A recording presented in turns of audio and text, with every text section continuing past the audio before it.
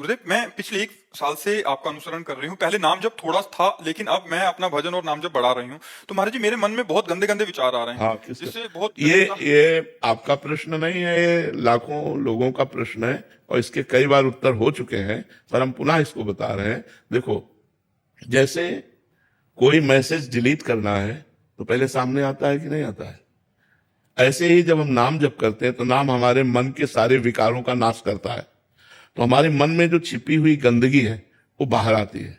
तब हम उसे देखते हैं कि जब भजन नहीं करते थे तब तो इतनी गंदगी नहीं थी, क्योंकि उस समय गंदगी ले रहा था मन। समझ रहे ना, गंदी बातों को, गंदे दृश्यों को, गंदे चिंतन को ले रहा, तो हम समझ नहीं पाए। जैसे सीसी कैमरा में बैठे हैं, वो आपका सब ले रहा है, लेकिन आपको समझ में नहीं आया। जब आप वीडियो देखो तब समझ में आया, कि जब आप उसको खोलोगे तभी तो समझ में आएगा। तो जब हम नाम जप करते हैं तो हमारा मन खुलता है और उसकी गंदगी बाहर निकलती है। और साधक जो सावधान होता है वो और नाम जप में मन लगाता है, गंदगी को उदासीन भाव से काटता जाता है, तो हर बात डिलीट होती चली जाती है और धीरे धीरे धीरे धीरे मन निर्मल हो जाता है और निर्मल मन ही भगवान को प्राप्त होता है। अब जैसे 100 मैसेज आपके हैं तो हम एक डिलीट किया, पर फिर भी आपका नाम और मैसेज, फिर डिलीट किया, फिर वही आपका नाम मैसेज। तो साधक परेशान हो जाता है कि अगर डिलीट हो रहा है तो एक बार में काम का मैसेज था, डिलीट हो जाता, ये वही काम वही गंदगी वही। तो करोड़ों अनंतों बार हमारा मन जो है अनेक जन्मों में गंदी बातों को पकड़ा है। तो हमें बहुत समय लगेगा। धैर्य पूर्वक नाम जप करते रहे तो धीरे धीरे हमारा मन निर्मल होता जाएगा। हमारे मन की जितनी गंदी बातें हैं सब वो नष्ट हो जाएंगी। तो हमें धैर्य रखना होगा। हमें ना उनसे प्रभावित होना है ना बुरा मानना है। हमें ये मानना है कि निकल रही है गंदी बातें और खूब नाम जप करो, धीरे धीरे खत्म हो जाएंगे। रमता राम जी, राधे राधे महाराज जी। महाराज जी, स्वामी सुंदरदास जी महाराज जी की वाणी में कहा गया है कि देहधारी से प्रीत ना कोई, सो अवतार कहाया, वे हम दोनों भाई भाई एको जननी जाया। महाराज जी, प्रभु संत वाणी जी में कह रहे हैं कि देहधारी जो अवतार आदि सभी को और हम सभी को एक कहा गया है। एक जननी यानी माया से उत्पन्न है, तो माया से प्रीत करना यानी अवतार का भजन करने से क्या माया का भजन होगा, और माया के भजन से कल्याण नहीं होता, संत कहते हैं। महापुरुषों की वाणी का रहस्य समझना शब्दों से नहीं होता। एक होता है शब्दार्थ, एक होता है वाच्यार्थ, एक होता है रहस्यार्थ। क्या भगवान का शरीर पांच भौतिक है? गोस्वामी तुलसीदास जी कहते हैं, चिदानंदमय देह तुम्हारी और विगत विकार जान अधिकारी। चिदानंदमय देह भगवान की होती है। भगवान का शरीर पांच भौतिक थोड़ी होता है। भगवान के शरीर में रक्त, मांस, हड्डी, त्वचा ये थोड़ी होती है।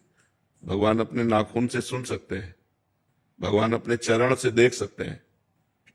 जो सर्वांग सर्व रूपों में वही सच्चिदानंद वपु धारण करके प्रकट हुए भगवान, जो स्वयं अपनी माया को अधीन करके उतार देते हैं। और हम सबका जन्म प्रकृति के अधीन होकर हुआ है और भगवान माया को अधीन करके प्रकट होते हैं। और सच्चिदानंद रूपाय विश्वोत्पत्त्यादि हेतवे तापत्रय विनाशाय श्री कृष्णाय वयम नमः। हम लोग रूपासक्त हैं। श्री वृंदावन बिहारिणी और बिहारी जी के रूपासक्त हैं, उनके चरण आसक्त हैं, उनके उपासक हैं। अगर हम माया की उपासना करते हैं तो फिर जगत का मंगल क्यों हो रहा है? विचार करो आप। भगवान कहते हैं, दैवी हेषा गुणमयी मम माया दुरत्या मामे वे प्रपद्यन्ते माया में ताम तरंते।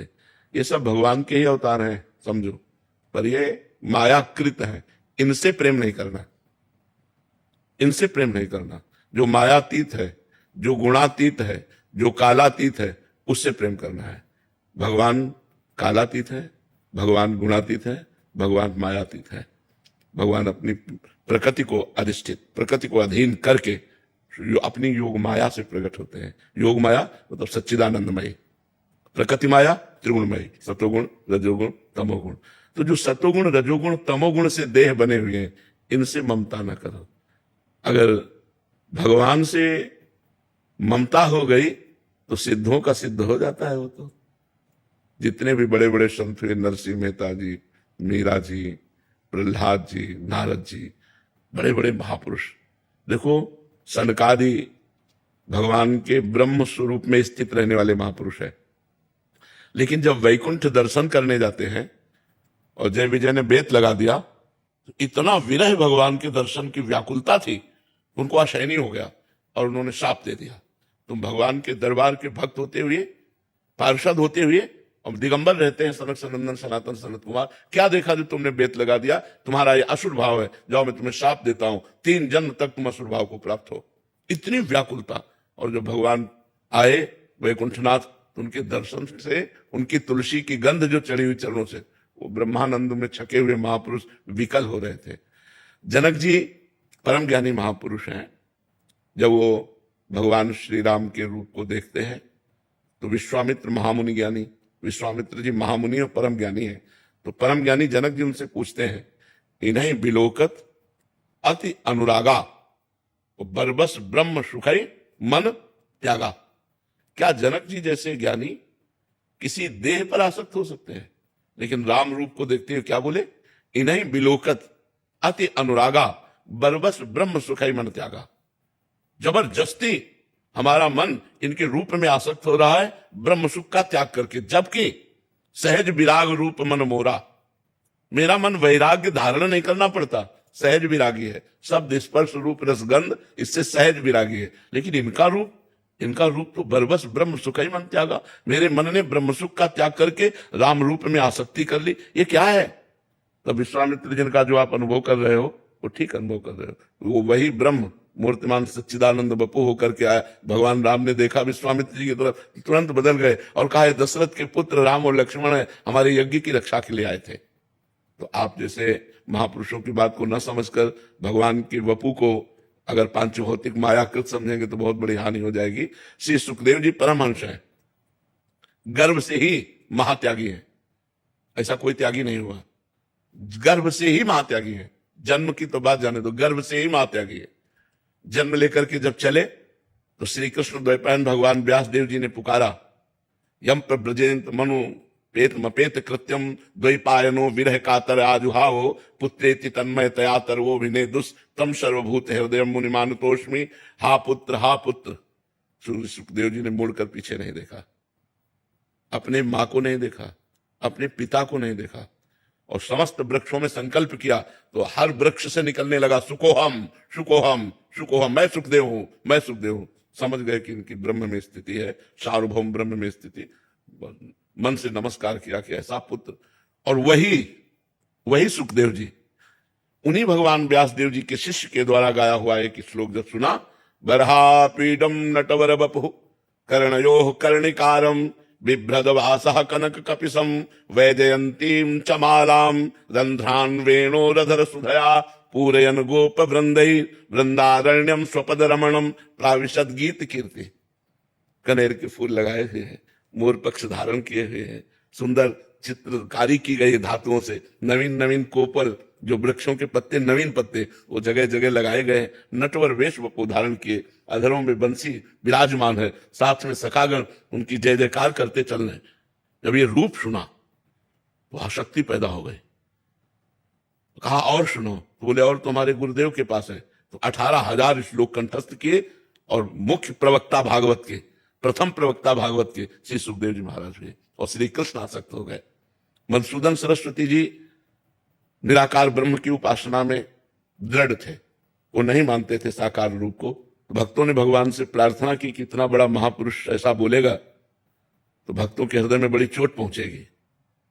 तो देखा उनका दृश्य बदल गया, देखा यमुना का पावन तट, ललित त्रिभंगी मुरली धारण की हुई, बंसी बजाते हुए धीरे धीरे गज की चाल से चल रहे। भूल गए सब ब्रह्मानंद। बंसी विभूषित करा नवनीर दाभात पीतांबरा दरुण बिंब फलाधरोष्ठात पूर्णेन्दु सुंदर मुखादरविंद नेत्रात कृष्णात परम किमपि तत्व महम न जाने।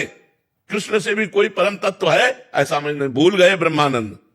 बड़े बड़े ब्रह्मानंदों के ब्रह्मानंदी का ज्ञान भुलवा करके और अपने में आसक्त कर दे, वो रूप है क्या? वो रूप पांचभौतिक हो सकता है? जिन महर्षियों ने, जिन ब्रह्म ऋषियों ने, जिन भक्तों ने सब रूप रस का त्याग करके संसार के शब्द स्पर्श रूप रस गंध का त्याग कर दिया, वो श्री कृष्ण रूप में अनुरागे, वो राम रूप में अनुरागे, तो क्या ये पांचभौतिक स्वरूप है? ये चिदानंद में स्वरूप है, सच्चिदानंद रूप है। ये बात समझना होगा। तो ये जगत क्या है? ये भगवान का मायाकृत रूप है। इन देहों में आसक्ति नहीं करना, लेकिन भगवान में परमाशक्ति करना है। अब यही तुम्हें और बता दें बिल्कुल सरल भाषा में, गुरु का शरीर मायाकृत है, मानते हो? गुरु पांच भौतिक शरीर धारण किए हुए मायाकृत है, लेकिन संसार की आसक्ति शरीरों की त्याग कर गुरु के शरीर में आसक्त कर ले, गुरु में आसक्त हो जाए, और जो गुरु में आसक्त हो गया वो परब्रह्म में प्रतिष्ठित हो जाएगा।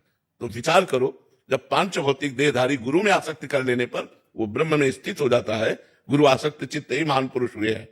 जितने हुए हैं महान पुरुष वो सब गुरु आसक्त चित्त हुए हैं। कोई भी महापुरुष हो उनको देखो अपने गुरु में कितने आसक्त है। ऐसे आसक्त महापुरुष जो समस्त देहों का राग त्याग दिए, अगर देहासक्ति ना करते गुरु से प्यार ना करते मां की तरह, तो वो स्थिति प्राप्त ना होती। तो गुरु तो पांच भौतिक देहधारी होता है और भगवान तो चिदानंद में देह वाले होते हैं। अब विचार करो, पांच भौतिक देह में ये अग्नि तत्व तो इसमें मिला हुआ है, अगर मुंह में कोयला रख दिया जाए तो जल जाएगा ना। और भगवान श्री कृष्ण 5 वर्ष की अवस्था है और ग्वाल बाल पूरे जंगल में आग लग गई और सब बीच में फंस गए, मैं गौओं सहित। कहा कन्हैया हम सब मर जाएंगे, इतनी ये जो जंगल की आग है ये हमें सब भस्म कर देगी। भगवान मुंह बगारा और पूरी आग को पी गए। दूसरी बार मुंजा टबी में आग लगी, सबसे आंख बंद कर लो और सबको मांडीरवट भेज दिया उनको उठाकर, और आप पूरी आग को पी गए। आप विचार करो, एक बूंद जहर काफी है कालिया का लोगों को मारने के लिए, पूरा जहर का दह है और उसमें काली नाग रहता था 101 फण वाला। भगवान कूद करके उस दह में और उसको मान मर्दन करके और आदेश किया रमणक द्वीप जाइए। और भगवान, अगर भगवान का पंच भौतिक देह होता वही भस्म हो जाता। सोचिए 7 वर्ष के गिरधारी हैं और 21 किलोमीटर के गिरिराज जी है, ऐसे 7 दिन 7 रात, क्या पांच भौतिक शरीर में ऐसी सामर्थ्य है? विचार करके देखिए। तो महापुरुषों के कथन को हमको समझना होगा। इन देहों से राग मिटाने के लिए कह रहे हैं, ना कि भगवान से। जब भगवान में प्रेम हो जाता है तो सुंदरदास जी ने लिखा है, न लाज तीन लोकन की, न वेद को कहो करे, न संक भूत प्रेत की, न देव जच्छते डरे, सुने न कान और की, दृश्य न और इच्छना। सुंदरदास जी कहते हैं यही है भक्ति प्रेम लक्षणा। जो प्रेम किससे? भगवान से ना। ये बात सर आप और पढ़ करके देखिए कितनी वाणी में भगवान के कितने सुंदर प्रेम का वर्णन किया है, कितने सुंदर प्रेम। तो महापुरुषों ने निराकार और साकार दोनों का वर्णन किया है। तो भगवान की देह से वैराग्य की बात कहीं नहीं कही गई। आप कहीं हमें लिखित दिखाना कि भगवान की देह से जितने बड़े बड़े परमहंस हुए वो सब भगवान में आसक्त चित्त थे। देखो सनकादि निरंतर हरिशरणम हरिशरणम रटते रहते हैं। भगवान शंकर भगवान का चरणोदक माथे पर धारण किए हुए गंगा जी और हर समय हरि कथा कहते रहते हैं। इसलिए कभी ऐसी भ्रम में न पड़ जाना क्योंकि इतना प्रभु के इतने प्यारे लगते हैं तो क्या हो। नहीं बच्चा, ऐसे भ्रम में मत पड़ जाना, ऐसे भ्रम में मत पड़। शास्त्रों को इसीलिए कहा गया गुरुजनों से सुना जाए, महापुरुषों से सुना जाए। नहीं तो जैसे राजा अपने खजाने को भूल भुलैया के मार्ग बनाकर तब उसमें रखते थे कि अगर कोई जाए ना तो भटकता ही रहे, खजाने तक ना पहुंच पावे। और कोई वहां का निजी जो राजा का होता था वो उस भूल भुलैया को क्रॉस करके उस खजाने तक पहुंच, क्योंकि उसे पता है, उसे नक्शा पूरा पता है कि ये भूल भुलैया वाला है और ये सीधे मार्ग है। तो प्रथम सुने भागवत भक्त मुख भगवत बानी। किसी महापुरुष से शास्त्रों का स्वाध्याय करना चाहिए जिससे उसके रहस्य समझ में आ जाए, नहीं हम भ्रम में पड़ जाएंगे। और जैसे अब ये भ्रम पड़ जाए तो बहुत बड़ी हानि हो जाएगी, पूरा जीवन व्यर्थ चला जाएगा। भगवान पर दोष दर्शन हो गया तो बचा क्या, भगवान के श्री विग्रह में दोष दर्शन हो गया तो बचा क्या। ये बात बहुत समझना है। नहीं अर्पित जी, राधे राधे महाराज जी। महाराज जी, क्रोध और अहंकार पर काबू कैसे पाया जा सकता है?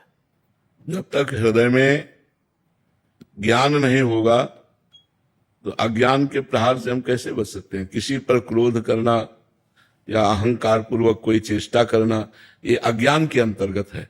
और जब तक ज्ञान नहीं प्राप्त होगा तो अज्ञान का नाश कैसे होगा? तो ज्ञान प्राप्त करने के लिए हमें साधना चाहिए, साधना के लिए हमें गुरु चाहिए। जब सदगुरु की प्राप्ति हो जाए और उसके अनुसार हम साधना करें तो श्रद्धावान लभते ज्ञानम तत्परा संहितेन्द्रिया ज्ञानम लब्ध्वा परम शांति मचिरेणाधिगच्छति। जो शांति को प्राप्त हो गया है उसको क्रोध कैसे आएगा, अहंकार कैसे आएगा? वो शांति ज्ञान से प्राप्त होती है, ज्ञान गुरु से प्राप्त होता है। तो किसी सदगुरु का वरण करके और साधना करो। अब ऐसे थोड़ी बुद्धि के द्वारा अटकल लगाने से थोड़ी आप काम क्रोध पर विजय प्राप्त कर सकते हो। उसके द्वारा साधना चाहिए और बुद्धि में विवेक चाहिए। बुद्धि तो सबके पास है, विवेक नहीं है। और बिन सत्संग विवेक न होई, और राम कृपा बिनु सुलभ न सोई। भगवान की कृपा से यदि साधु समागम प्राप्त हो और संत वचनों से हम साधना करें तो हमारे अंदर ज्ञान प्रकट हो जाए। ज्ञान प्रकट हो जाए तो सारे अज्ञान का नाश हो जाए, या प्रेम प्रकट हो जाए तो हमारे अज्ञान का नाश हो जाए। इसलिए साधना करो, किसी संत महापुरुष का आश्रय लेकर नाम जप करो, भगवत शास्त्रों का स्वाध्याय करो, संत समागम करो, जिससे बुद्धि में विवेक जागृत हो जाए तो हम काम क्रोध लोभ आदि से बच सकते हैं। नहीं, पूरे जगत में छाए हुए हैं, आप में ही थोड़ी है, सब में काम क्रोध लोभ छाया हुआ है, इसी में सब भटक रहे हैं जी। हेमलता जी। राधे राधे महाराज जी। महाराज जी, जब एक व्यक्ति दूसरे व्यक्ति को दुख देता है तो वो उसके पूर्व जन्म के प्रारब्ध को काट रहा होता है, जिससे दूसरे व्यक्ति, लेकिन उसका तो नया कर्म बन रहा होता है, उसका तो नया कर्म बन रहा होता है, उसको फिर अगले समय में भोगना पड़ेगा। उसका नया कर्म बन रहा होता है, वो प्रारब्ध से प्रेरित है तो बुद्धि के द्वारा बचा भी तो जा सकता है। हमारे ऊपर कोई ईंटा फेंक रहा है तो हम बच भी तो सकते हैं ना, और अगर सीधे लगोगे तो चोट तुम्हें भी लगेगी। तो वो प्रारब्ध प्रेरित है। अब वो वहां गाली देने की बात है तो हमें मौन के द्वारा बचा लेना चाहिए। उसे मारने की बात, पीटने की बात है तो हमें विवेक के द्वारा बचा लेना चाहिए। तो उसका प्रारब्ध आकर भस्म हो गया, आपका नया कर्म नहीं बना, दोनों बच गए। तो अज्ञान के कारण, अविद्या के कारण दोनों फंस जाते हैं। उसका प्रारब्ध भोग हुआ, आपका नया कर्म बना चले गए। मान लो आप हिंसा कर दिए तो उसका तो प्रारब्ध था, लेकिन अब आपको आजीवन केस होगा कि नहीं, आजीवन पूरा जेल काटना पड़ेगा कि नहीं। तो आपका नया कर्म बना जिसने आपको दंड दिया, और पुराना प्रारब्ध उसका था जिसने उसका भोग कर दिया। तो आप बच सकते हो कि नहीं, आप अपने क्रोध का समन कर सकते हो, आप हिंसा ना करो तो उसका प्रारब्ध भी क्षय हो गया और आपका नया कर्म बच गया। लेकिन भजन ना होने के कारण, भगवान का सतत चिंतन ना होने के कारण इतनी क्षमता नहीं रहती। जैसी वो भवतव्यता तैसी बने सहाय, आप ना आवे ताह पे ताही तहां ले जाए। एकदम अचानक क्रोध आया और ना करने की चाह होने पर भी वो कर बैठता है, तो फिर वो प्रारब्ध कर्म उसका हो गया, नया कर्म आपका हो गया, आपको भोगना पड़ेगा। शशि जी। राधा राधा। राधे राधे महाराज जी। महाराज जी, मैं ये जानना चाहती हूँ कि सेवा और नाम जप में किसका महत्व ज्यादा है? दोनों। पंछी दो पंखों से उड़ता है, दो पंखों में महत्व किसका है? दोनों का महत्व है। अगर एक भी पंख टूट जाए तो उड़ नहीं सकता। ऐसे परमार्थ की साधना सेवा और सुमिरन से होती है। सेवा सुमिरन, भजन जो नाम जप है वो सुमिरन में आता है, और जो सेवा है वो जैसे गुरु सेवा, माता पिता की सेवा, परिवार की सेवा, प्रिया प्रीतम की सेवा, ये सब सेवाओं की, गौ सेवा, ये सब भगवत सेवा के अंतर्गत आता है। हम भगवत भावना से सेवा भी करें और नाम जप भी करें। अगर हम केवल नाम जप करते तो सेवा नहीं करेंगे तो हमारे कर्तव्य का विरोध। माता पिता बूढ़े हैं, अब उनको हमें पानी देना, हम कह रहे हम नहीं बैठ के नाम जप कर, नहीं, नाम जप करते हुए पानी दो जाके, नाम जप करते हुए उनके कपड़े धो, नाम जप करते हुए अपने सास ससुर की सेवा करो, नाम जप करते हुए अपने पति की सेवा करो, नाम जप करते हुए अपने पुत्र की सेवा करो। तो सेवा और सुमिरन दोनों जरूरी है, दोनों का बहुत बड़ा महत्व है। बिना सेवा के सुमिरन अधूरा और बिना सुमिरन के सेवा अधूरी। इसलिए गुरु सेवा, संत सेवा, भगवत सेवा, माता पिता की सेवा, परिवार की सेवा, ये सब जगह कहा जाता है सेवा करो, साधु सेवा करो, क्योंकि उससे सुमिरन में हमारी बढ़ोतरी होगी, और जो सुमिरन कर रहे हैं उससे भगवान की प्राप्ति हो जाएगी। आलोक जी। राधे राधे महाराज जी। राधे राधे महाराज जी। महाराज जी, जैसे आपने पिछले वार्तालाप में बताया था कि मूल मंत्र का जाप बिना किसी दीक्षा के नहीं करना चाहिए, इस पर अमल करते हुए मुझे ज्ञात हुआ कि मेरे जैसे अनेकों संसारिक व्यक्तियों को वेदों शास्त्रों का मूल ज्ञान तो है नहीं। तो कृपया ये मार्गदर्शन करें कि हम कैसे जाने कि सामान्य रूप से पूजा की सही पद्धति क्या है, और एक सामान्य ग्रस्त उसका अध्ययन। उसके लिए पूजा पद्धति के लिए तो आचार्य बने हैं ना। अब जैसे आपका ब्याह पूजन कराना है, आपका परीक्षा फलदान अलग अलग पूजन है, आपका गौरी पूजन कराना है, गणेश पूजन कराना है, आपका लक्ष्मी पूजन कराना है, तो अलग अलग उसके सिद्धांत और पंडित हैं, उनको बुलाइए, वो आपको सिद्धांत के अनुसार पूजन करेंगे। लेकिन अपने को जो पूजन करना है उसमें प्रधानता मंत्र की नहीं है, उसमें प्रधानता भाव की है।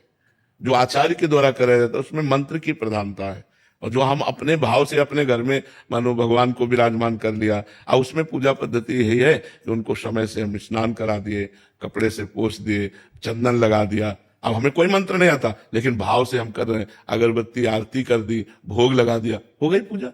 ये अपने घर के ठाकुर की पूजा है। लेकिन जब वैदिक सिद्धांत से करेंगे तो फिर विद्वान आचार्य को बुलाकर उसके द्वारा कराया जाएगा, तो उसमें फिर मंत्रों की प्रधानता होती है। घर में जो अपने ठाकुर को विराजमान किए, इसमें भाव की प्रधानता होती है। मान लो आपको जल्दी जाना है ऑफिस, तो आपको भोग लगाना है, तो ऐसे भोजन लिए वैसे दिखा दिए और जय ठाकुर जी को अपना जल्दी जल्दी पाए अपने आप ही से, उसमें भाव की प्रधानता होती है। लेकिन जब आप वैदिक आचार्य के द्वारा भोग लगाएंगे तब ऐसे थोड़ी होगा कैसे दिखा दे, फिर वो मंत्र के द्वारा पूरा भोग लगेगा, पर्दा लगेगा, ऐसा है। अपने भाव के अनुसार ठाकुर को घर में लिजाया जाता है। जो भी देवता देवी की आराधना करे वो अपने भाव प्रधान होते हैं, उसमें घर में भाव प्रधान होता है, और जब आचार्यों के द्वारा कराते हैं तो मंत्र प्रधान होता है।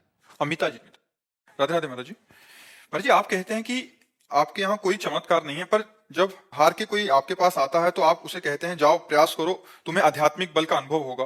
बाबा, आपके दरबार की, तेरे दरबार की आली नराली, वो आपने हाँ, हमारे पास जो कुछ है वो राधा नाम है और राधा किशोरी के चरणारविंद है।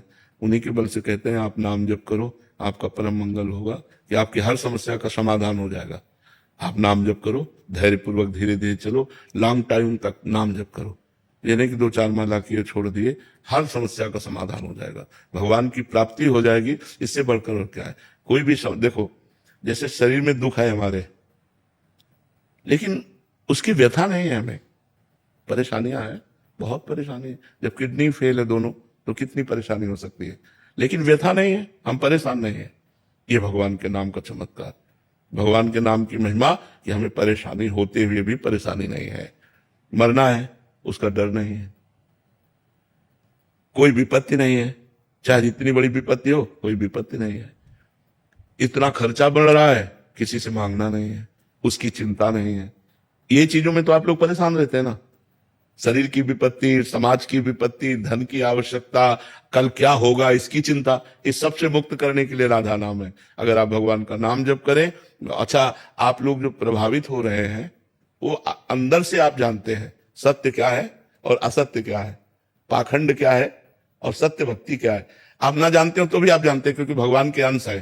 तो आपको कहीं ना कहीं आप बैठ करके आत्म शांति मिलती है, आत्मविश्वास जागृत होता है। यही चमत्कार है कि लोग जो है, देखो सुबह जब हम आते हैं और बिल्कुल जिधर से निकलो उधर से राधा राधा की गूंज होती है और सब नाचते हैं। यही चमत्कार है हमारी श्री जी का, कि सबके हृदयों को आह्लाद प्रदान कर रहे हैं। पैसे से या नाना प्रकार की वस्तुओं से आह्लाद नहीं होता, थोड़ी देर के लिए सुख होता है, फिर दुख में बदल जाता है। लेकिन ये जो आनंद होता है ये भागवतिक है, तत्काल उसका प्रभाव पड़ता है आनंद का, कि जीव जो है दुख से, विपत्ति से उबरने के लिए भगवान का आश्रय ले लेता है, गंदी बातें छोड़ देता है। उस आनंद का प्रभाव देखो कि हमारे हजारों भाई लोग हैं ऐसे जो शराब छोड़ दिए, मांस छोड़ दिए, गंदी बातें छोड़ दिए, तिलक लगाने लगे, कंठी बांध लिए, अच्छे आचरण करने लगे। जो गंदे आचरणों में थे वो अच्छे आचरणों में आ गए। अब आप इसी को चमत्कार समझ सकते हैं, इसी को परिवर्तन समझ सकते हैं। और सबसे बड़ी बात होती है किसी जीव की बुद्धि को बदल देना, सबसे बड़ा चमत्कार होता है किसी जीव की बुद्धि को बदल देना। तो हमारी श्री जी सबसे बड़ा चमत्कार ये कर रही कि बिगड़ैल जितनी बुद्धि है उन सबको सुधार रही है। यही चमत्कार है वृंदावन का, वृंदावन राधा के कुंज का, कि अगर आप सुन लिए तो सुधरोगे जरूर। बहुत सारे डरते हैं कि या तो सुनना नहीं या तो सुनना नहीं, कि हमें प्रेमानंद बंद कर दो, सुनना। अगर सुन लिए तो तुम्हें शराब छोड़ना पड़ेगा, मांस छोड़ना पड़ेगा, गंदी बातें छोड़ने पड़ेंगे, अच्छे मार्ग में आना पड़ेगा, नहीं तो तुम्हारे जलन पैदा हो जाएगी, हृदय जलने लगेगा और आप सुधरने लगोगे। यही बात हमारी श्री जी की है। दीपक कुमार जी, हरदोई से। राधे राधे महाराज जी। महाराज जी, संसार में सबसे दुर्लभ क्या है? भगवत प्राप्ति, सबसे दुर्लभ भगवत प्राप्ति। किसका प्रश्न है? सबसे दुर्लभ है भगवत प्राप्ति, और तो सब सुलभ है। सबको रुपया पैसा धन मकान स्त्री पुत्र पति सबको प्राप्त है। अरे एक वक्तव्य में आपने कहा था भगवत प्राप्ति सुलभ है पर दुर्लभ है भगवत प्राप्त महापुरुषों का। हाँ, अब जब भगवत प्राप्ति की बात करोगे तब उसके बाद रास्ता निकलता ना कि भगवत प्राप्ति कैसे हो, तब फिर बात आती है कि भगवत प्रेमी भगवत प्राप्त महापुरुष प्राप्त हो, तब भगवत प्राप्ति हो जाएगी। तो भगवत प्राप्ति जो फल है उसका साधन तो संत महापुरुष जन है। जब तक भगवत प्राप्त महात्मा नहीं मिलेंगे तो भगवत प्राप्ति का रास्ता कैसे पता चलेगा? तो वो बात सबसे पहली बात है भगवत प्राप्ति। क्योंकि जब हम भगवत प्राप्ति की बात करेंगे तब आएगा भक्त समुदाय, संत समुदाय, गुरु चरणों में प्रेम, शास्त्रों में प्रेम, फिर उसके साधन की बात आएगी। ये उसके साधन की बात है। साध्य वस्तु है भगवान का साक्षात्कार होना। नंदिनी जी। राधा राधा। महाराज जी, गुरुदेव भगवान अपने स्वरूप को कैसे पहचाने और उसका दिव्य अनुभव कैसे करें? वैसे बड़ा कठिन है, बड़ा कठिन है, क्योंकि हम लोग देह राग में फंसे ना। आपको कभी ऐसा लगता है मैं स्त्री नहीं हूं?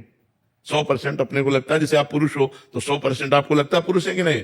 ये इतना जोर का बैठ गया है कि मैं स्त्री हूं, मैं पुरुष हूं, इस शरीर को लेकर के ये देखो अपने को लगता है ना मैं हूं, और जबकि मैं नहीं है कहीं भी। मेरा आप कह सकते हो, मैं नहीं कह सकते। देखो मेरा माथा, मेरी आंख, मेरी नाक, मेरा कान, मेरा हाथ, मेरा पैर, मेरा पेट, तो ये मैं कहीं तो नहीं आया, इसमें मैं कहीं आया क्या? आप ऐसा कह सकते हो मैं छाती हूं, मैं नाक हूं, नहीं कह सकते। मेरी नाक है, मेरी आंख है, तो जैसे मेरा माइक, मेरी तकिया, मेरी टेबल, मेरी घड़ी, जैसे ये दूर है ऐसे ही हमसे दूर है, ये मैं नहीं हूं। अब इसके अंदर घुसते हैं तो मन, बुद्धि, चित्त, अहंकार, 5 ज्ञान इंद्रियां, 5 कर्म इंद्रियां, मेरी इंद्रियां, मैं इंद्रियां तो नहीं कहा जाता ना, मेरी इंद्रियां। तो जब अंदर घुसे तो सूक्ष्म शरीर भी मैं नहीं निकला। अब तीसरे शरीर पे पहुंचे, कारण शरीर, वो 3 गुणों से रचना करके स्वभाव बनता है, उससे स्वभाव को कारण शरीर कहते हैं। तो मेरा स्वभाव आया, मैं वहां भी नहीं मिला, तो तीनों शरीरों में मैं नहीं है, वही मैं आत्मस्वरूप है। जब इन तीनों शरीरों का राग नष्ट हो जाता है तो जो बचा वो मैं है, उसका अनुभव हो जाता है। ये ज्ञान मार्ग है। अब इसमें चलने में बहुत कठिनता है और यही भक्ति से सहज में प्राप्त हो जाता है। मम दर्शन फल परम अनुपा, जीव पाव निज सहज स्वरूपा। यदि हम भगवान का नाम जप करें और भगवान की भक्ति करें और जब हमें भगवत साक्षात्कार होगा तो तुरंत हमें अपने स्वरूप का बोध हो जाएगा। तुरंत भगवत साक्षात्कार होते ही तुरंत स्वरूप का बोध हो जाता है। मम दर्शन फल परम अनुपा, जीव पाव निज सहज स्वरूपा। तो हमें लगता है नाम जप करो, भगवान की भक्ति करो, वही अनुभव करा देंगे। सोई जानई जिह देह जनाई, और जानत तुम्हें तुम्हें हो जाए। गजेरा किशन जी, राधे राधे महाराज जी। महाराज जी, श्री मलूक पीठाधीश्वर श्री राजेंद्र दास जी महाराज श्री, जब आपने प्रार्थना किया कि विनय पत्रिका का राम नाम के कोई 2 पद थे उनको सुनाने के, उसमें आपने कहा कि इन 2 पंक्तियों की आपको बहुत आवश्यकता है। महाराज जी, वो आवश्यकता आपने एक बार बोला था कि हमें बहुत आवश्यकता है उसकी, वो 2 पंक्तियां कृपा नाम से।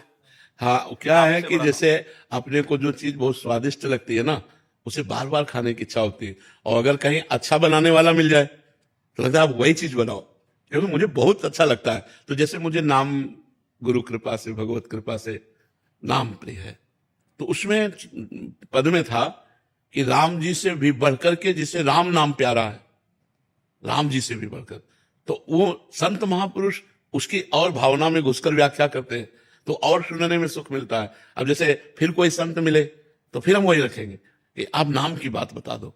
तो ऐसा नहीं है कि जैसे नारद जी को जब श्री महाराज निमि ने प्रश्न किया तो उनका, आज आपने हमारे भगवान नारायण की स्मृति करा दी। अब जरा इस शब्द को समझिए, क्या हर समय भगवान से विमुख है? क्या हर समय भगवान में स्थित है, लेकिन नवम नवम भगवान की चर्चा, भगवान की स्मृति नवम नवम, कि और सुनाए कोई, और सुनाए कोई, और सुनाए भगवान के नाम की महिमा। तो उस भाव से उस बात की थी। सुनने का क्रम यही है, सीधा सीधा मिलेगा। और सीधा महत्व क्या है? आपने बोला था सुनने का क्रम यही है। हाँ, सुनने का क्रम का मतलब जैसे हम आप बैठे हैं, अगर आप हमारे सामने कुर्सी में बैठे हो और फिर हम बोल रहे हो, वो क्रम नहीं है। अभी नीचे उतर करके बैठे थे कि सुनने का क्रम यही है कि वक्ता की दृष्टि में दृष्टि हो और उनके चरणों में बैठ के सुना जाए, ये सुनने का क्रम है। जैसे 16 वर्ष के श्री सुखदेव जी हैं और 10,000 वर्ष के, लाखों वर्ष के महात्मा हैं, बड़े बड़े महात्मा हैं, सब नीचे बैठे हुए हैं और उनका एक बालू का सिंहासन आसन बनाया गया, उस पर वो विराजमान है। तो सुनने का क्रम यही है कि जो महापुरुष बोले उसके नीचे बैठ करके उस पर दृष्टि मिला के और फिर सुना जाए। जैसे चातक जो है, एक भी बूंद गिरा तो सीधे मुंह पे लेता है, ऐसे जो चातक श्रोता होता है, एक भी शब्द निकला कान से लेके हृदय में बैठा लिया, ओ ये बात, ये बात, ये बात, और फिर उसका मनन किया और उसको स्थापित कर लिया अपने हृदय में। अब वो पूरे जन्म भर के लिए बात स्थापित हो गई, मनन करके, समझ करके। समझ गए ना जी? अभिषेक जी, महाराज जी, आपके चरणों में कोटि कोटि प्रणाम। महाराज जी, गुरुकुल के ऋषि कुमारों का अध्यात्म व अध्ययन की दृष्टिकोण से कैसे कल्याण हो सकता है? पहली बात तो जो गुरुकुल के अध्ययन कराने वाले अध्यापक हैं वो स्वयं शास्त्रीय मर्यादा से युक्त हों। जो हमारे शास्त्र निषेध करते हैं वो कोई भी दुर्गुण उनमें नहीं होने चाहिए, क्योंकि व्यासपीठ पर, गुरुपद पर बैठने वाला अपने शिष्यों को अपने आचरणों के द्वारा, आचार्य वही है, जो आचरणों के द्वारा शिक्षा प्रदान करे। केवल वाक शिक्षा से ही काम नहीं चलता, आचरण भी हमारे होने चाहिए। तो हमारे जो गुरुकुलों में शिक्षा प्रदान करने वाले आचार्य हैं, जो गुरुजन हैं, वो तस्मात् शास्त्रम प्रमाणम ते कार्याकार्यो व्यवस्थित हो, जो शास्त्र प्रमाणित कार्य और अकार्य की व्यवस्था की गई है, उस शास्त्र प्रमाणित उनका जीवन होना चाहिए। हम विद्यार्थियों की बात नहीं करते, पहले हम आचार्यों की बात करते हैं। त्रिकाल संध्या होनी चाहिए आचार्यों में जो गुरुकुल पीठ पर विराजमान हो, और यथोचित ब्रह्मचर्य का पालन होना चाहिए। जब तक गृहस्थ नहीं हुए तो संपूर्णतया ब्रह्मचर्य का पालन करें, और वाकेंद्री बहुत संभाल करके बोले, रसेंद्री बहुत संभाल करके भोजन पाएं। अगर आचार्य आचरण संयुक्त हैं तो विद्यार्थियों पर स्वयं प्रभाव पड़ने लगता है, और विद्यार्थियों की उन्नति व्यसन और व्यभिचार दोनों से मुक्त होने पर हो सकती है। कोई भी विद्यार्थी किसी भी व्यसन का आदि ना हो और किसी भी तरह से व्यभिचार प्रवृत्ति से युक्त ना हो, तो गुरुकुल में रह करके जो अध्यात्म और आधुनिक शिक्षा दी जाती है, वो उससे परिपक्व होकर हमारे राष्ट्र की सेवा कर सकता है, वो हमारे समाज की सेवा कर सकता है, क्योंकि आचार्य का आचरण ही प्रभाव डालता है। अगर हम यहाँ बिंदी लगाने लगे तो हमारे शिष्य बिना आज्ञा के बिंदी लगाने लगेंगे। क्यों लगाते हैं इसका मतलब नहीं है, बस आचरण होते हैं। तो धन्यवाद है उन गुरुकुल के आचार्यों को जो स्वयं अपने आचरण पवित्र रखते हुए बच्चों से शास्त्रीय क्रियाएं करवाते हैं, शास्त्रयुक्त धर्मयुक्त क्रियाएं करवाते हैं। नहीं, आज का जो वातावरण है, आधुनिक पढ़ाई में व्यसन और व्यभिचार की प्रवृत्तियां बढ़ती चली जा रही, जिससे हमारी नवीन पीढ़ी बहुत ही गिरती चली जा रही है। जहां विद्या विनयम ददाति वहां अविनय उद्दंडता छा रही है। जहां संयम होना चाहिए वहां संयम भ्रष्ट हो रहे हैं, क्योंकि उसमें अध्यात्म शिक्षा है। केवल आधुनिक शिक्षा से हमारे बालकों की उन्नति नहीं होगी, आध्यात्मिक शिक्षा अनिवार्य है, और आध्यात्मिक शिक्षा गुरुकुल में ही होती है। और बच्चों को, माता पिता को चाहिए कि वो बच्चों को कुछ समय तक आध्यात्मिक शिक्षा में अवश्य रखें, जिससे वो ब्रह्मचर्य और सदाचार, विनम्रता, भगवत भाव और वेदांत आदि का अध्ययन करने का अधिकार प्राप्त करें, जिससे मनुष्य जीवन जो साधन दाम मोक्ष कर द्वारा वो उसे प्राप्त कर सके। केवल यही भोग और नाना प्रकार के ऐश्वर्य और इसके बाद पद प्रतिष्ठा और मर जाना, यही मनुष्य जीवन का लक्ष्य नहीं। मनुष्य जीवन का लक्ष्य है भगवत साक्षात्कार या आत्मबोध, जो गुरुकुल में नींव रखी जाती है उसकी। हमारे 4 पुरुषार्थ है, धर्म, अर्थ, काम, मोक्ष। अब केवल आधुनिक शिक्षा अर्थ प्रधान है, न कि धर्म प्रधान। धर्म को अलग कर दिया गया। अर्थ पिशाच बुद्धि पैदा करती है, तो उससे पिशाचवत पशुवत कामनाएं पूर्ण होती है। तो जहां धर्म की पूर्ति के बाद मोक्ष आखिरी में रखा गया, वहां नरक जाना पड़ेगा। त्रिविधम नरकस्येदम द्वारम नासन मात्मना कामः क्रोधा तथा लोभा तस्माद् त्रयम् त्यजेत्। और इन्हीं का तांडव हो रहा है, और गुरुकुल में इन्हीं के खंडन करने की, इन्हीं को दबाने की, इन्हीं को मिटाने की शिक्षा होती है। जो वेद हैं वो हृदय को पवित्र करते हैं। जब हम वेदों का गायन करते हैं तो अर्थ भले न समझे, वो हमारे हृदय को पावन करते हैं, वो हमारी वाणी को पावन करते हैं, वो हमारी श्रवणेन्द्रिय को पावन करते हैं। वेद ध्वनि जहां नित्य सुनी जा रही हो, तो जैसे गंगा स्नान से स्वयं पवित्र होने लगता है, ऐसे वेद ध्वनि श्रवण मात्र से जीव के पाप नष्ट होते हैं। तो गुरुकुल में वेद ध्वनि, स्वस्ति वाचन, पुरुष सूक्त आदि का गायन, और त्रिकाल संध्या आदि का, ब्रह्मचर्य आदि का, आहार शुद्धि आदि का, तो इससे आध्यात्मिक शिक्षा के साथ उनका जीवन, उनका भविष्य बड़ा उन्नतशील होता है। ये जो आधुनिक शिक्षा है, ये बिना आध्यात्मिक शिक्षा के अधूरी शिक्षा है। देखो, पढ़ लिख कर माता पिता से कैसे बच्चे बात करते हैं, पढ़ लिख कर कैसे व्यसन करते हैं। गुरुकुलों में बड़ी शिक्षा और बड़ा सावधानी से उनके जीवन की धारा को अध्यात्म परमात्मा की तरफ मोड़ा जाता था। और जिसे परमात्मा का भय है वो उसी का जीवन सही है। जो परमात्मा का भय नहीं मानता है वो धर्म भ्रष्ट हो ही जाता है। जी। मनोज जी दिल्ली से। राधे राधे महाराज जी। महाराज जी, समय समय पर जो त्योहार आते हैं, अलग अलग पारिवारिक परंपराओं के जो देवी देवता होते हैं उनकी पूजा अर्चना होती है, परंतु सच्ची भक्ति और मोक्ष प्राप्त करने के लिए अपने आराध्य देव को कैसे हमें पहचाने, हम पता कैसे चलेगा? नाम जप करो, अपने आप जागृत हो जाएगा हृदय में। नाम जप करो, भगवान का कोई भी नाम जप करने लगो तो आगे चल करके अपने आप जागृत हो जाएगा। जैसे अब हम अपना क्रम बताते हैं जीवन का। हमारी शुरुआत हुई चालीसाओं से। जब हम 3-4 में पढ़ने योग्य हुए तो सबसे पहले हम चालीसा में बहुत सी चालीसा इकट्ठा किए, हनुमान चालीसा, शिव चालीसा, ये चालीसा ऐसे, और उनको घंटों पाठ करते थे। पूर्व जन्म का कोई संस्कार था, तो बचपन से हमें और कोई शौक नहीं था, यही शौक जगा, तो चालीसाओं का पाठ। फिर भागवत और रामायण, ये 2 ग्रंथ बहुत सरल ग्रंथ हैं। हिंदी से भागवत और हिंदी में रामायण। तो संस्कृत का ज्ञान तो बचपन में था नहीं, तो उसको पढ़ते। अब हमारे कोई इष्ट नहीं थे, पढ़ रहे तो भागवत पढ़ा, रामायण पढ़ा। फिर इष्ट वृत्ति जागृत हो हमारे अंदर गायत्री की हुई। ब्राह्मण घर में जन्म हुआ था तो यज्ञोपवीत संस्कार हुआ, फिर गायत्री का अनुष्ठान हुआ। पुरस्चरण जिसे कहते हैं, 24 लाख मंत्र का पुरस्चरण होता है।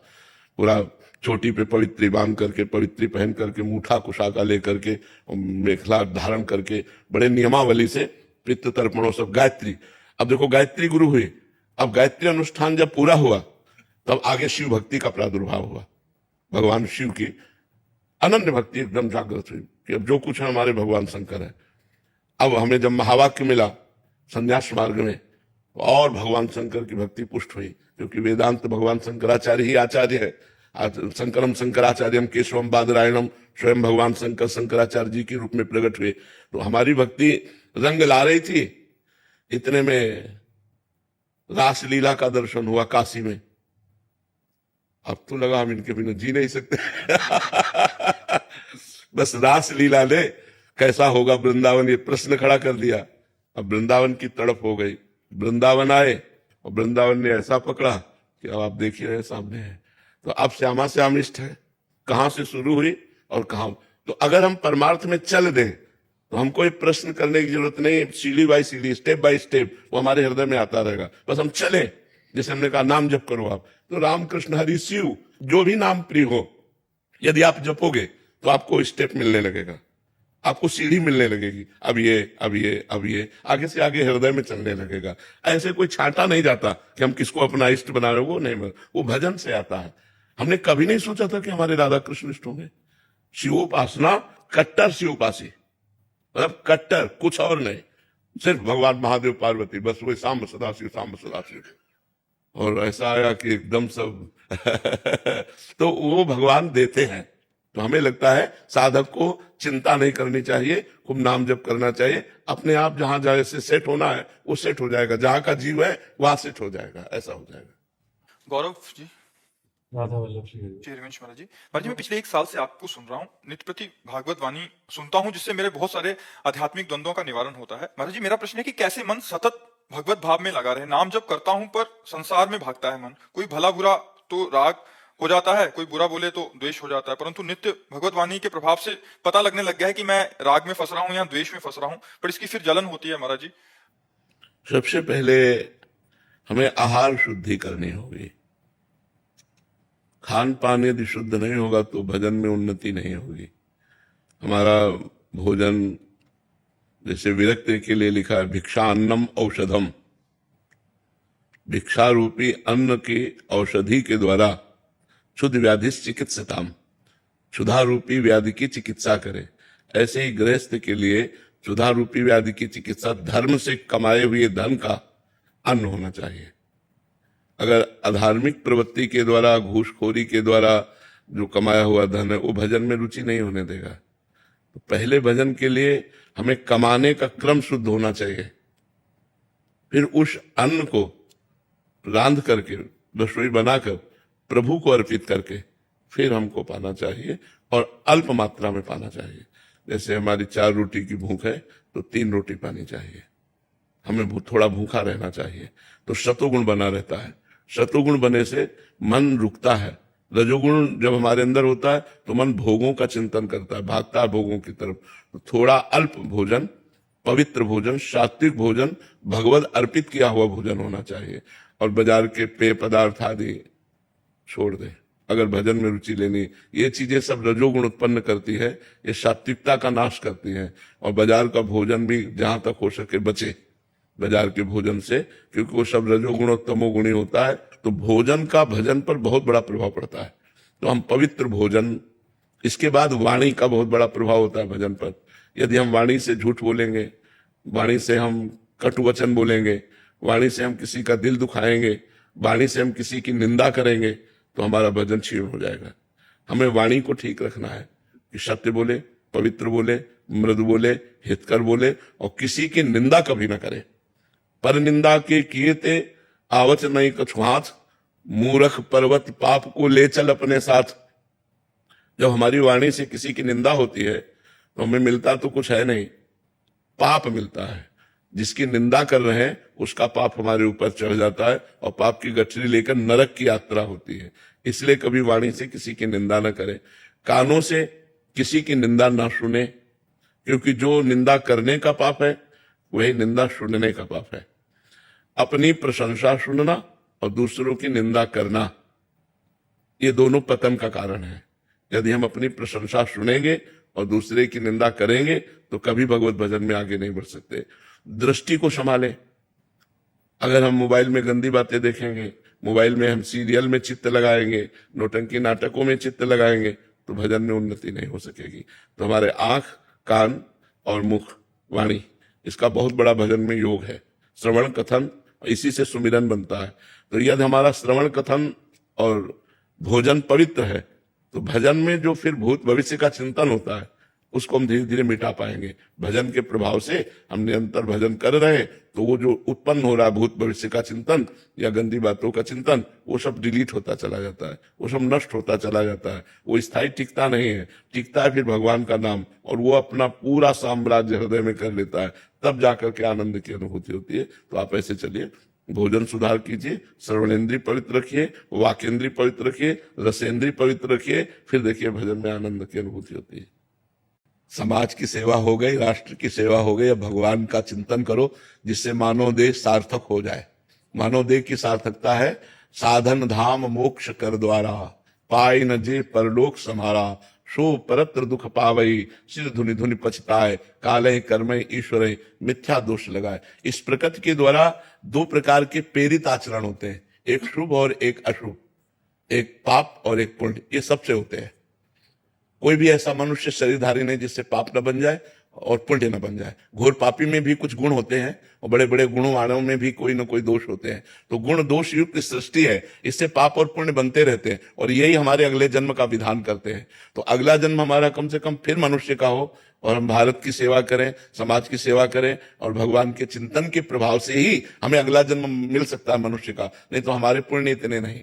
संस्कृति माज बरियाई के पावत, मानुष देह वृथा कतदार। संस्कृति 84 लाख योनियों के चक्र को रोककर भगवान मनुष्य जन्म देते हैं अपना कल्याण करने के लिए। तो अब जो शेष समय बचा है आयु का, उसे निरंतर भगवान के सुमिरन में लगाइए। भगवान की दिव्य कथाओं का श्रवण करना, अपने पास कुछ ग्रंथ रख लीजिए, उनका स्वाध्याय करना, नाम जप करना, और जितना बन जाए उतना एकांतिक चिंतन करना। खास बात इन सब बाहरी साधनों की होती है आंतरिक चिंतन। शांत बैठे, कोई माला नहीं, कोई ग्रंथ नहीं, कोई कुछ नहीं, शांत रहे। अब मना स्थिति कहाँ है उसकी जांच करो, बिल्कुल छोड़ दिया, एकदम फ्री।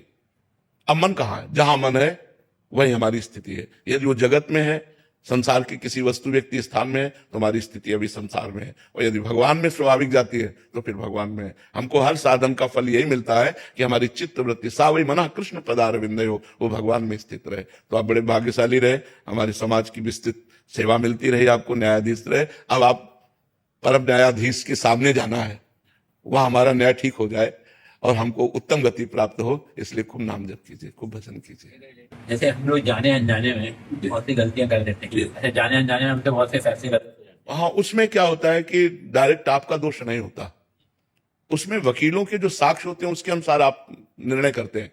आप स्वयं निर्णय नहीं करते कुछ, आप साक्ष्यों के अनुसार ही तो निर्णय करते हैं ना। तो जो साक्ष्य प्रेस करने वाला है उसमें दोषी वो होता है, उसमें जज दोषी नहीं होता। आप प्रमाणों से ही तो निर्णय करते हैं ना, तो जो आपको साक्ष्य मिले उसी के अनुसार तो निर्णय आप कर रहे हैं। आप स्वयं का निर्णय तो नहीं ले रहे ना, साक्ष्यों के अनुसार ही तो निर्णय ले रहे हैं ना। तो अगर निर्दोष को दोषी साबित कर रहा है वकील और आपके सामने साक्ष्य है, तो फिर आपको निर्णय करना पड़ेगा ना, उसे दंड देना पड़ेगा, क्योंकि साक्ष्य है दंड देने के। अब वो निर्दोष है, इसका वकील के ऊपर पूरा प्रभाव जाएगा, क्योंकि वकील अगर ये जानता है कि ये निर्दोष है और उस दोषी पार्टी उसको धन देती है और वो निर्दोष को दंड दिलाने के लिए आपके पास भरपूर साक्ष्य प्रकट कर देता है, तो आपको विवश होकर के उसको दंड देना पड़ेगा। क्यों देना पड़ेगा कि नहीं देना पड़ेगा? विवश हो, क्योंकि साक्ष्य उपस्थित है। अगर आप जान भी जाओ कि निर्दोष है तो भी साक्ष्य उपस्थित होने पर आपको विवश होना पड़ेगा। क्या कोई प्रायश्चित नहीं करना चाहिए? तो आखिरी पॉइंट बता दिया, भगवान का नाम संकीर्तनम यस्य सर्व पाप प्रणाशनम। अगर भगवान का नाम जप किया जाए और नाम संकीर्तन किया जाए तो समस्त पापों का नाश हो जाएगा। अब लो नशानी, अब ना नशई हो।